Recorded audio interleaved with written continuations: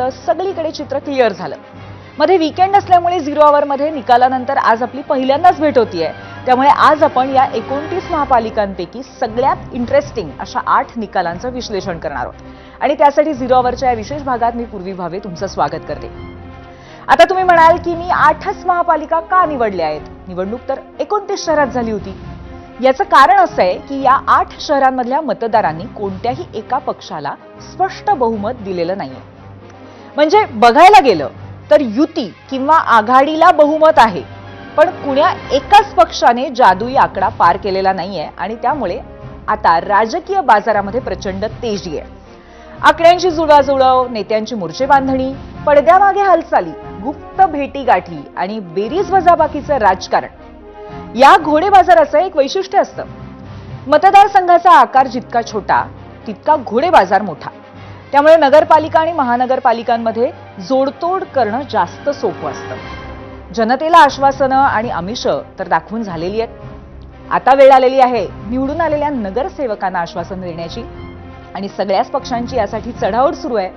आता यात नेलेपेदेला कोण मारणार याची उत्सुकता आहे. चला तर इंटरेस्टिंग निकाल लागलेल्या या 8 महापालिकांचा एक एक करून आढावा घेऊयात.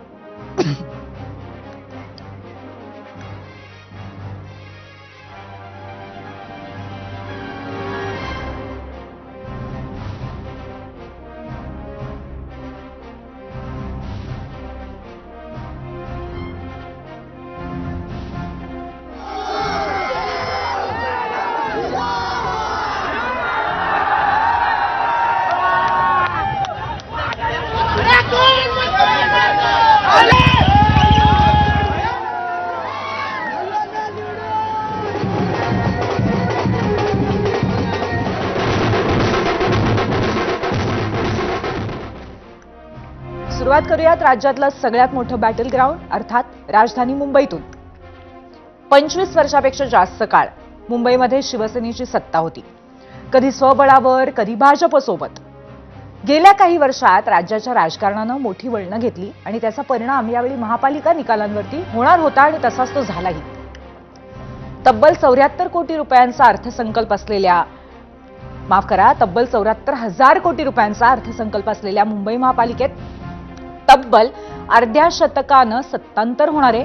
यावेळी पहिल्यांदाच भाजपचे सर्वाधिक नगरसेवक निवडून आलेत. एकत्र लढलेल्या महायुतीनं बहुमताचा आकडाही पार केलाय. त्यामुळे भाजपला महापौर पदाचे वेध लागलेले आहेतच, पण शिवसेनेच्या आशाही पल्लवित झाल्या आहेत आणि कदाचित म्हणूनच उपमुख्यमंत्री एकनाथ शिंदेंनी आपले नगरसेवक ताज हॉटेलमध्ये एकत्र ठेवलेत.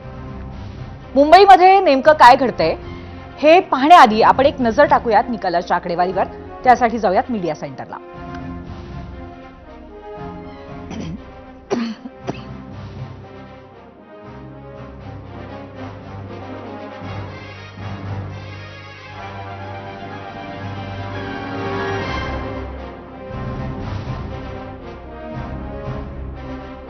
तर मुंबईची आकडेवारी काय आहे याच्यावरती आपण एक नजर टाकणार आहोत आणि त्यामुळे कशा पद्धतीने महापौर पदासाठी रस्सीखेच आता महायुतीतल्या 2 पक्षांमध्ये होतीये हे सुद्धा आपल्याला त्यातून स्पष्ट बघायला मिळेल.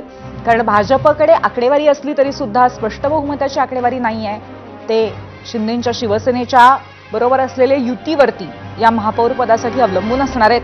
म्हणूनच भाजपला अर्थातच महापौर पदाची ओढ आहेच, पण त्याचबरोबर शिंदेंच्या शिवसेनेमध्ये सुद्धा महापौर पदाच्या आशा पल्लवित झालेल्या असाव्यात. म्हणूनच कदाचित एकनाथ शिंदेंनी त्यांच्या नगरसेवकांना सध्या ताज लँड्स हॉटेलमध्ये ठेवलेलं आहे.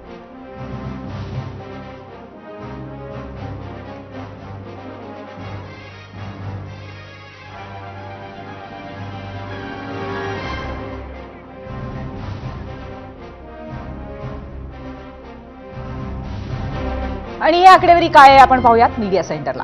मुंबई महापालिकेमध्ये एकूण 227 वॉर्ड आहेत आणि बहुमताचा आकडा 114 आहे. भाजपकडे 89 जागा आहेत. शिवसेना उद्धव बाळासाहेब ठाकरे पक्षाकडे 65 जागा आहेत. शिवसेनेकडे 29, काँग्रेसकडे 24, एमआयएमकडे 8, मनसेकडे 6, राष्ट्रवादीकडे 3, समाजवादी पार्टीकडे 2 आणि राष्ट्रवादी शरद पवार पक्षाकडे 1.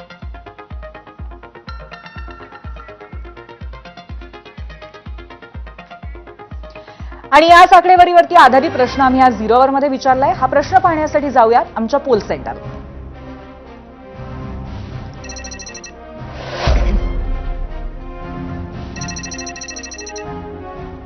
महापालिकांची आकडेवारी आपण बघितली. आता प्रश्न बघतोय, महायुतीला बहुमत असलेल्या मुंबईमध्ये कोणत्या पक्षाचा महापौर होईल असं तुम्हाला वाटतं? असा हा प्रश्न आहे.